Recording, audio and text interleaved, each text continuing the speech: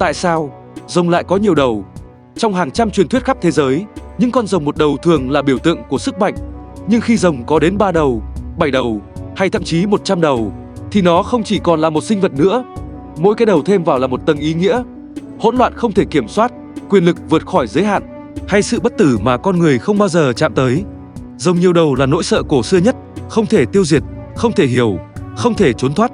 Và trong số hàng chục truyền thuyết, có những con rồng đã để lại ấn tượng sâu sắc trong đời sống văn hóa tín ngưỡng, để trở thành biểu tượng của tự nhiên, của vũ trụ, của khủng hoảng và cả tận thế.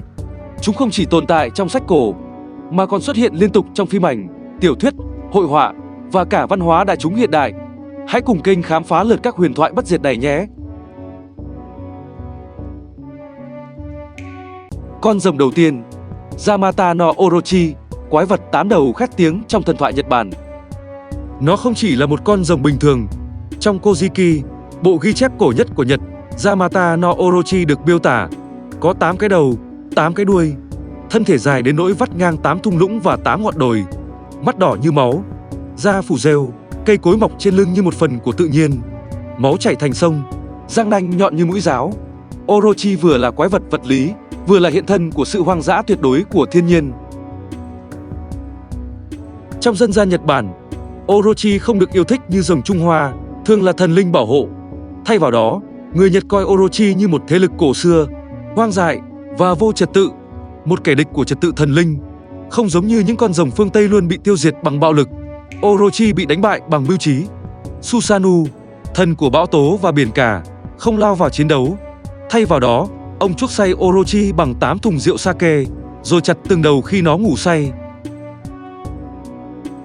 Đây là điều khiến Orochi trở thành biểu tượng đặc trưng của thần thoại Nhật, không phải chiến thắng bằng sức mạnh, mà bằng trí tuệ và kiên nhẫn.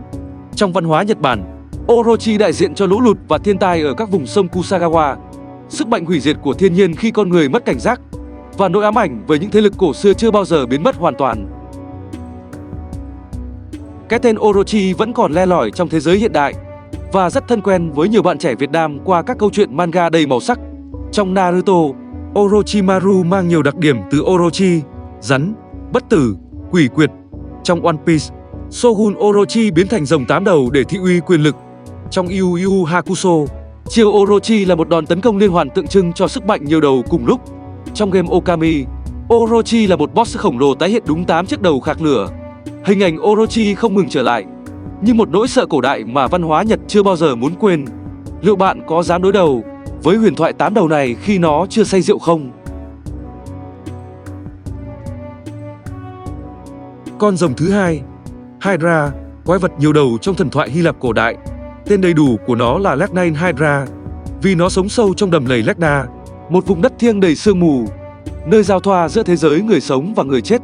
Hydra là con của hai quái vật tối thượng, Typhon và Echidna, cặp đôi được mệnh danh là cha mẹ của mọi quái vật Hy Lạp.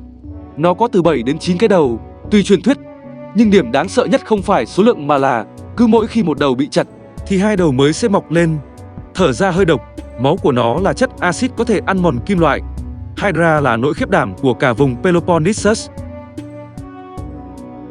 Để giết được Hydra, anh hùng Hakuin phải nhờ đến chí mưu và sự hỗ trợ. Sau mỗi nhát chém, người trợ thủ của anh, Iolaus, dùng đuốc đốt vết chém ngay lập tức, để đầu không kịp mọc lại. Đây là một trong 12 kỳ công nổi tiếng nhất của Heracles. Hydra không chỉ là con quái vật, nó tượng trưng cho những khủng hoảng không thể chấm dứt hoàn toàn, như dịch bệnh, chiến tranh, thảm họa môi trường. Thứ mà con người giải quyết một phần thì lại phát sinh 2 phần mới. Nó cũng là biểu tượng của nỗi ám ảnh nội tâm. Khi càng cố dập tắt một nỗi sợ, một ký ức, thì nó lại bùng lên mạnh hơn, nhiều hơn. Hình ảnh Hydra sống mãi đến tận ngày nay. Trong vũ trụ Marvel, Hydra là tên tổ chức ngầm nguy hiểm, chặt một đầu, 2 đầu mọc lên. Trong phim Disney S. Queen, Heracles đối đầu Hydra trong một trận chiến ngoạn mục. Trong nhiều game như God of War, Age of Mythology, Hydra là boss đầu game, mạnh mẽ và tái sinh liên tục. Hydra là minh chứng rằng có những con rồng bạn không thể giết bằng sức mạnh. Bạn phải hiểu được bản chất của chúng và dùng trí tuệ để đối đầu.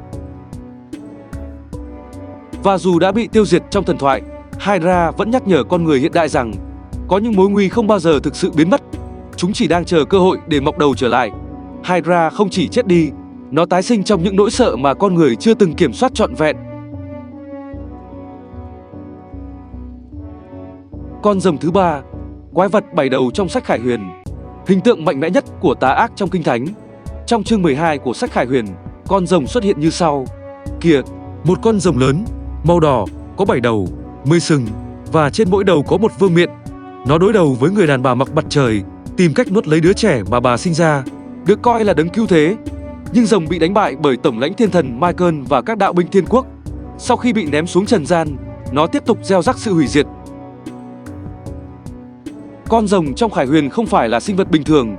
Nó đại diện cho Sa-tăng hoặc các thế lực phản chúa, là hiện thân của sự kiêu ngạo tuyệt đối, sự kiểm soát chính trị và quyền lực áp bức con người.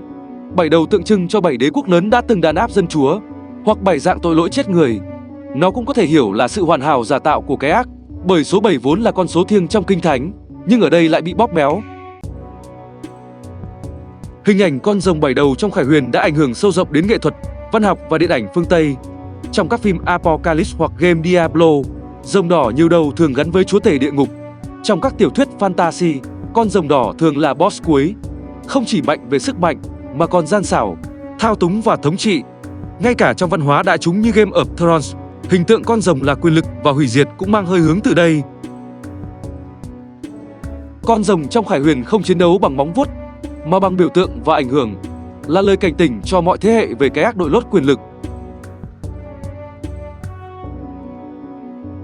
Con rồng cuối cùng, Caesar, rắn thần nhiều đầu trong Ấn Độ giáo, cũng là hình tượng rồng hiếm hoi đại diện cho sự hài hòa và trật tự vũ trụ. Trong tiếng Phạn, Caesar có nghĩa là cái còn lại, tượng trưng cho phần bất diệt, tĩnh lặng sau khi mọi thứ tan biến. Caesar thường được mô tả là một con rắn khổng lồ có từ 5, 7 đến 1000 cái đầu, tất cả đều đội mũ miệng và tỏa ánh sáng thần thánh. Nó nằm cuộn quanh vũ trụ, hoặc làm giường cho thần Vishnu trong trạng thái thiền định trên đại dương vũ trụ, nơi thế giới sinh ra và tan biến. Trong một số truyền thuyết, mỗi lần Caesar thở, nó tạo ra một chu kỳ vũ trụ mới. Nó là hiện thân của Ananta, sự vô hạn, biểu trưng cho trật tự và ổn định giữa dòng chảy hỗn loạn của thế giới. Không giống như Hydra hay Orochi, Caesar không phá hoại, không bị tiêu diệt, mà gìn giữ thế giới bằng cách gánh cả vũ trụ trên mình. Một số người còn tin rằng trái đất nằm trên đầu Caesar, và khi nó cựa mình, ta cảm nhận được những cơn động đất. Dù ít xuất hiện trong văn hóa đại chúng phương Tây, nhưng hình tượng Caesar rất phổ biến trong tranh vẽ, tượng điêu khắc và các bộ phim thần thoại Ấn Độ. Trong game hoặc manga có yếu tố thần thoại phương Đông, bạn có thể bắt gặp các con rắn nhiều đầu khổng lồ cuộn quanh trục thế giới. Đó là hơi hướng của Caesar.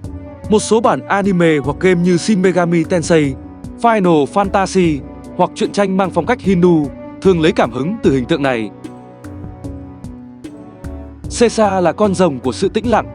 Nó không gầm rú, không chiến đấu, mà âm thầm nâng đỡ cả thế giới, như một lời nhắc rằng không phải sức mạnh nào cũng cần phá hủy để được công nhận. Từ Nhật Bản, Hy Lạp, phương Tây Kitô giáo đến Ấn Độ giáo cổ đại, mỗi con rồng nhiều đầu không chỉ là quái vật, mà là tấm gương phản chiếu niềm tin, nỗi sợ và khát vọng của con người. Orochi, tượng trưng cho sự hỗn loạn cần được anh hùng hóa giải. Hydra, phản ánh nỗi ám ảnh về cái ác không thể tiêu diệt tận gốc. Rồng 7 đầu trong Kinh Thánh, hiện thân cho quyền lực tà ác mang mặt nạ chính nghĩa. Caesar, biểu tượng của tĩnh tại, nâng đỡ và vĩnh hằng. Dù là ác quỷ hay thần linh, những con rồng nhiều đầu luôn khiến ta phải suy nghĩ, cái gì trong thế giới này cần bị chặt bỏ, và cái gì cần được gìn giữ, dù nó im lặng và ít ai nhìn thấy. Bởi đôi khi, chính những sinh vật kỳ lạ nhất lại kể cho chúng ta những câu chuyện thật nhất về chính mình. Nếu bạn thấy video này hữu ích hoặc thú vị, đừng quên like và đăng ký kênh để không bỏ lỡ những nội dung tiếp theo nhé. Cảm ơn các bạn rất nhiều.